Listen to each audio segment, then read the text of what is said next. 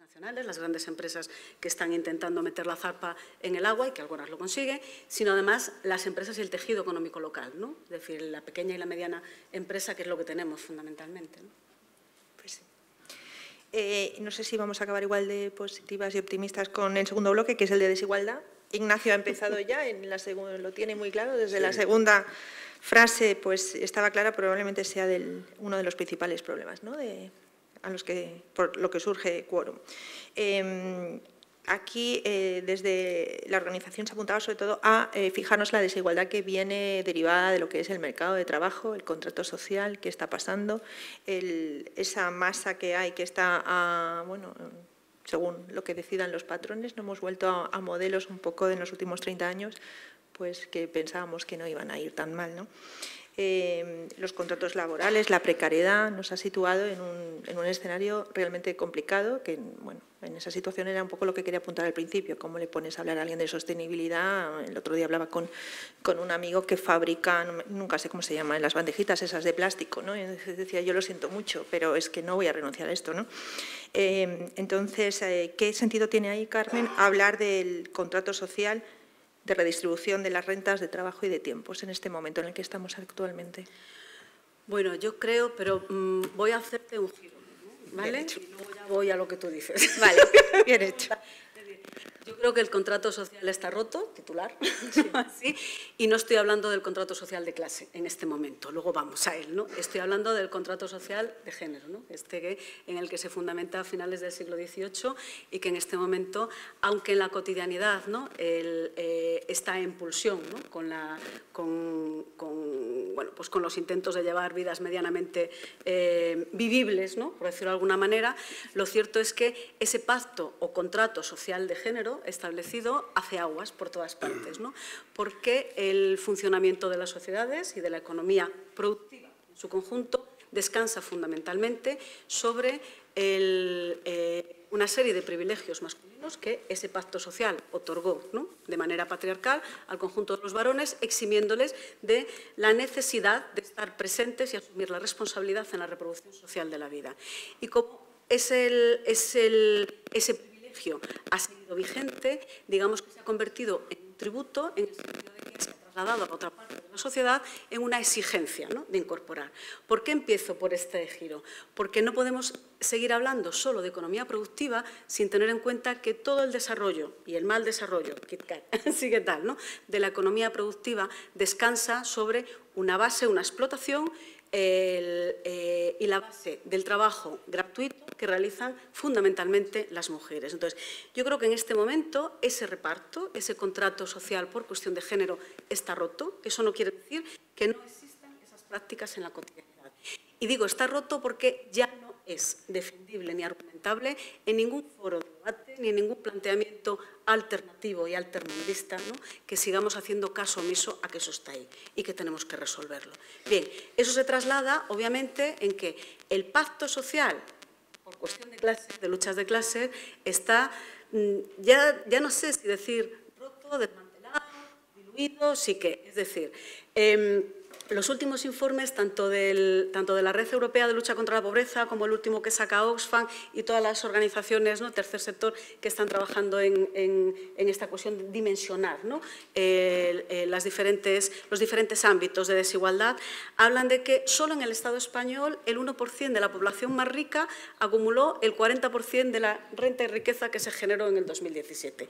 Obviamente, eso es un indicador claro de que esa estratificación social es tan beligerante en este momento, ¿no? Con el intento de establecer marcos de convivencia desde otra premisa, ¿no? de igualdad, que efectivamente yo creo que tendremos que considerar que ese pacto social está roto.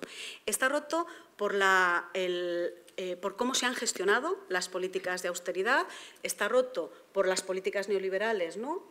Y por el papel que han asumido los gobiernos, obviamente, bueno, el gobierno del Estado, que esperemos que le queden 2 momentos, nada más, estas cosas, y está roto también porque la fragmentación de los mercados laborales y la precariedad con la que han teñido nuestras vidas en las condiciones de la cotidianidad no permiten seguir jugando al imaginario de que estamos en un modelo de convivencia de distintas clases sociales.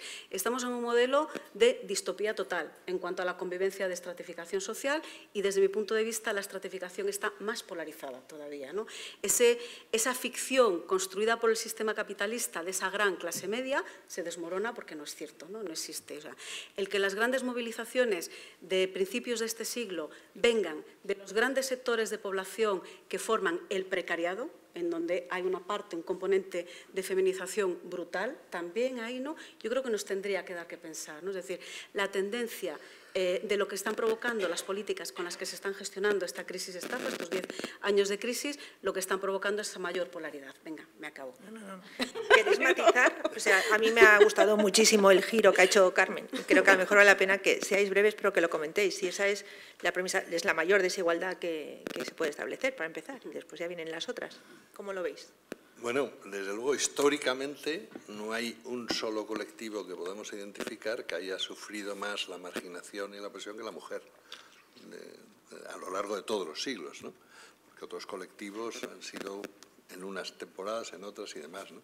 Y por lo tanto, sin duda, es como una constante que afortunadamente pues, la conciencia va creciendo, pero desgraciadamente sigue ahí sosteniendo. Y en la misma idea de progreso que hablábamos al principio, pues todo ese trabajo tradicionalmente encomendado a las mujeres no se contabiliza como progreso.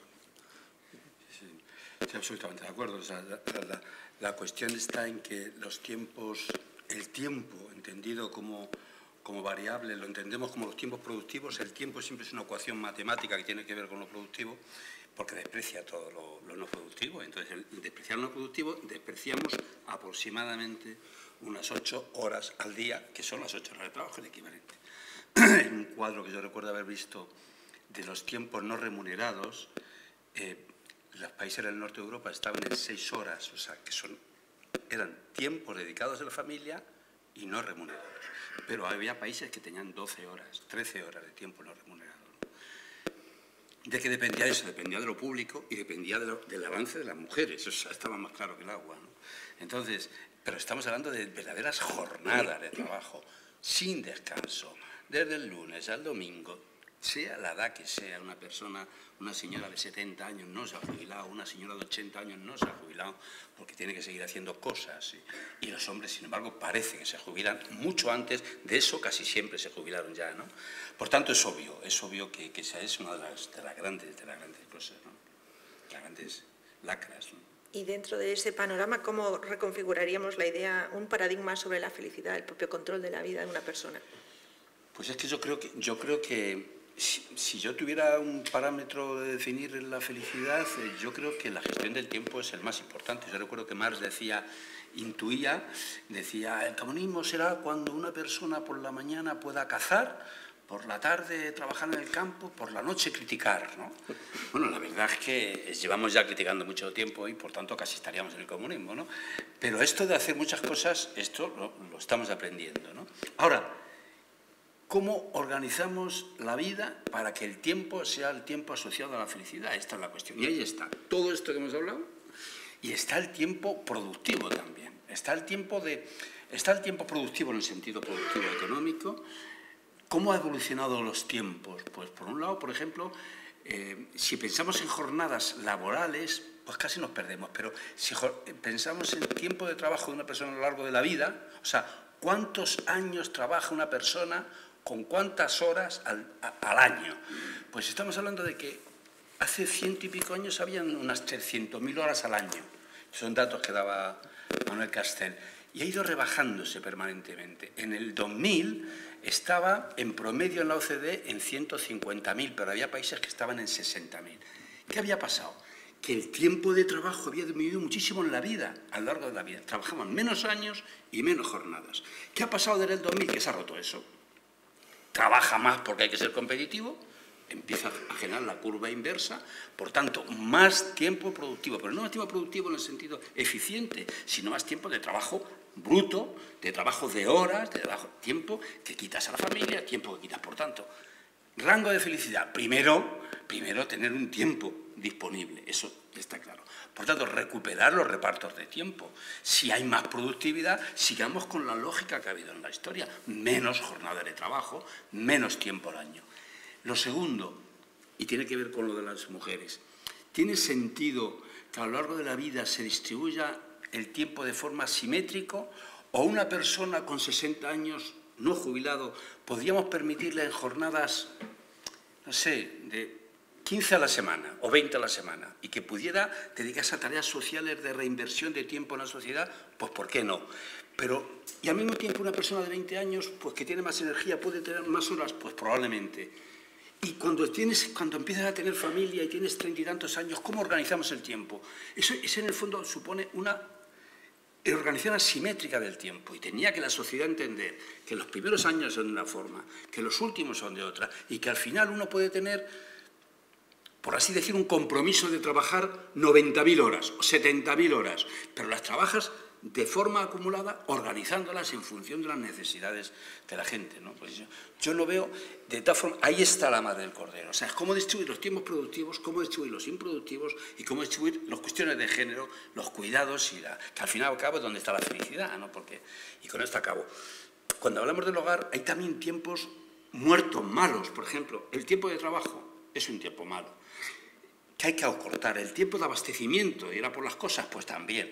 El tiempo de mantenimiento de la casa, pues también. Pero el tiempo de la caricia, el tiempo del amor, el tiempo del ocio, el tiempo del compartir es tiempo positivo. Eso es lo que tenemos que crecer, ¿no? Hacer crecer para que disminuir nosotros y crecer esto.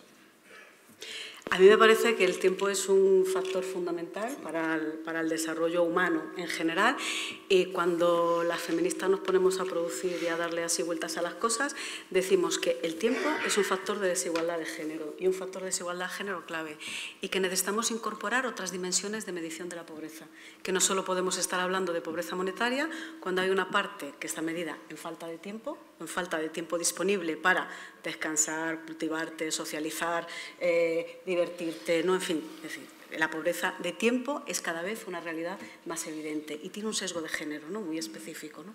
Fundamentalmente está afectando a esa parte de la población que precisa destinar gran parte de su tiempo al trabajo no remunerado, además del tiempo que se destina al trabajo remunerado también, ¿no? Entonces, sí, yo creo que es un factor clave, ¿no? El tiempo. Para paliar esta desigualdad, ¿qué papel podría juntar, o sea, qué podrían representar los impuestos por un lado y la renta básica?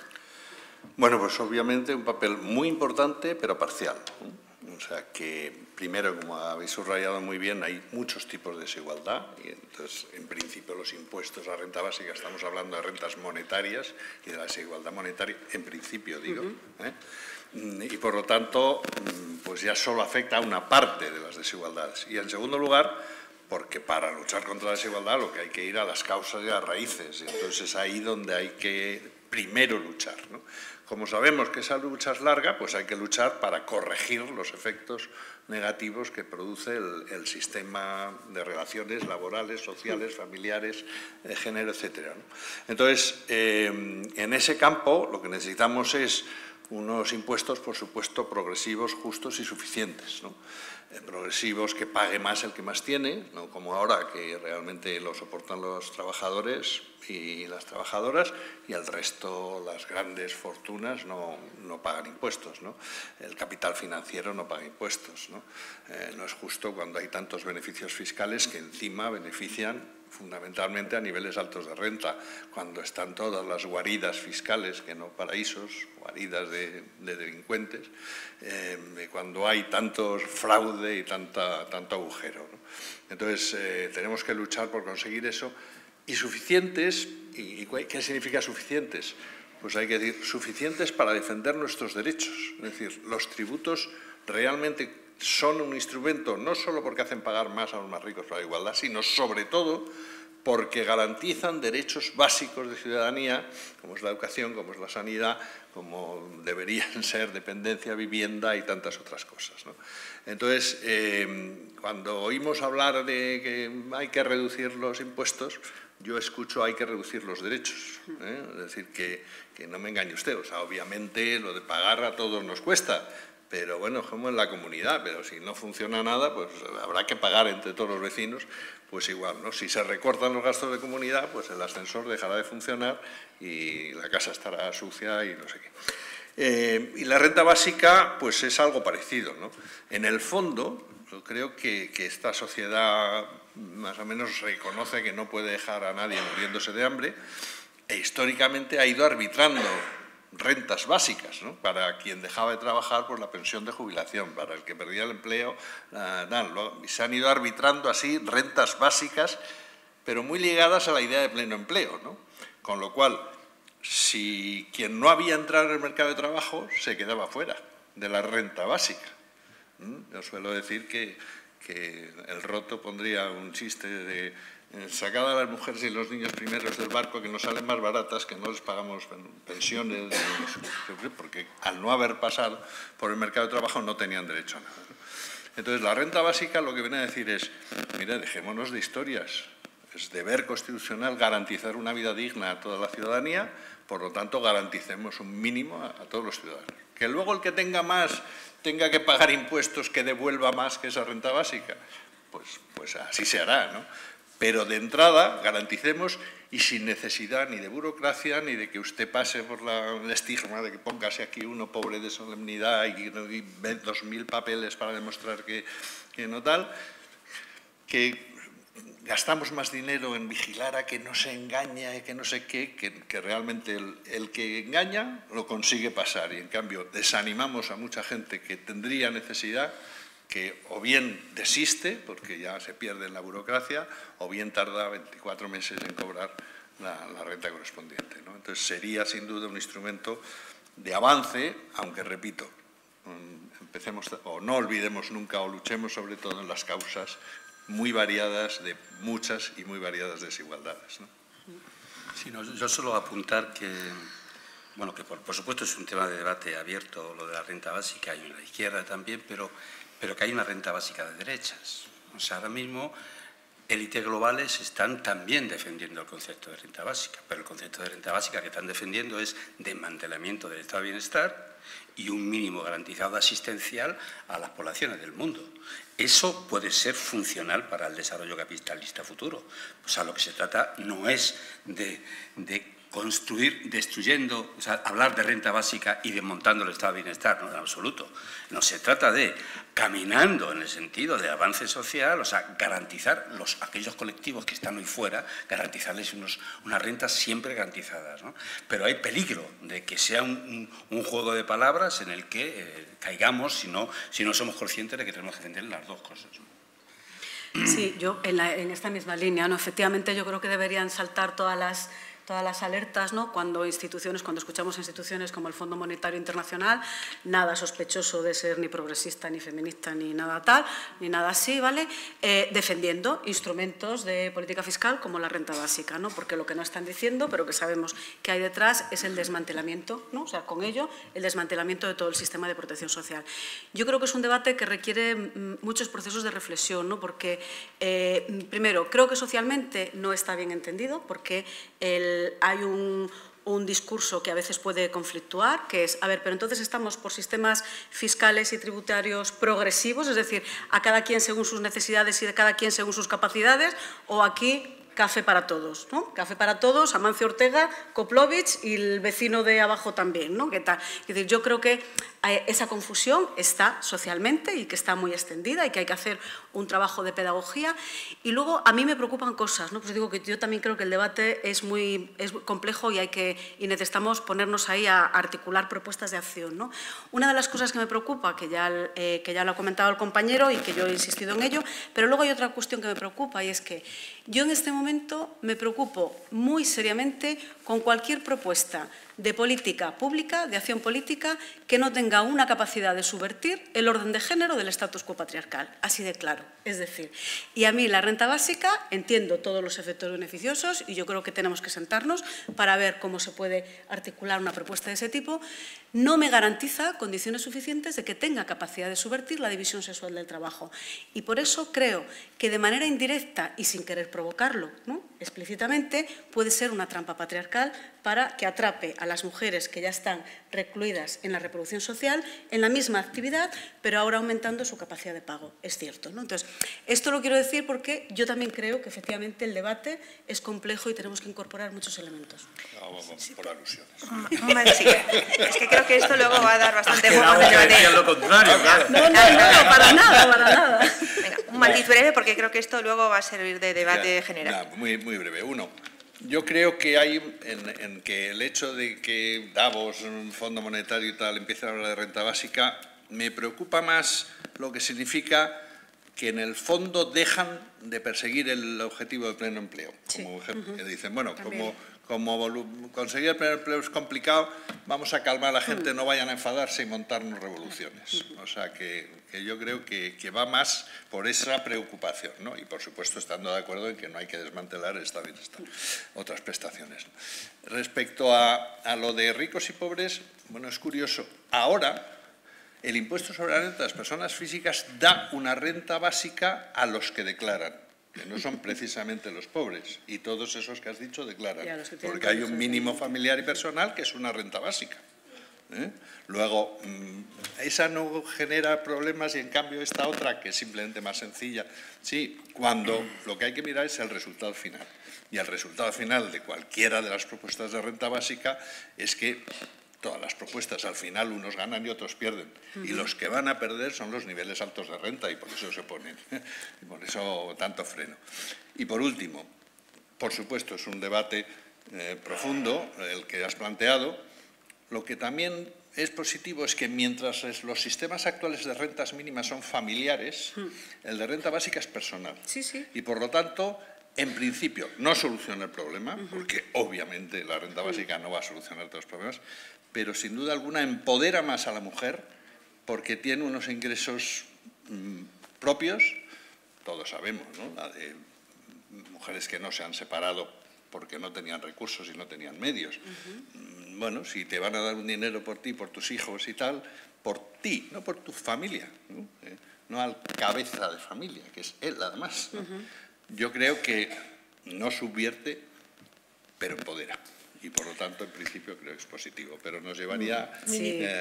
Pero solo una cosita. Yo os invito, el día 8 tenemos en la Universidad Politécnica un debate, unas jornadas enteras sobre renta básica. Solo una cosita para aclarar. Yo no entraba a cuestionar lo que habías dicho. Lo que decía es que creo que socialmente hay así como que, ¿pero qué onda? Entonces vamos por esto, vamos por esto. Claro que el sistema actualmente del IRPF es súper regresivo, ¿no? Totalmente de acuerdo. Y bueno, y la deducción por cónyuge a cargo, ¿no? También, ¿no? Que es como mantener a la esposa dependiente. Pero no te quería, o sea, no era un cuestionamiento a lo que habías dicho, sino a que necesitamos incorporar otros elementos en ese debate, ¿no? Para que lo que realmente hagamos de propuesta, pues bueno, sirva para cubrir gran parte de los factores causales de la desigualdad. ¿Estáis apuntando todas las preguntas que vais a hacer?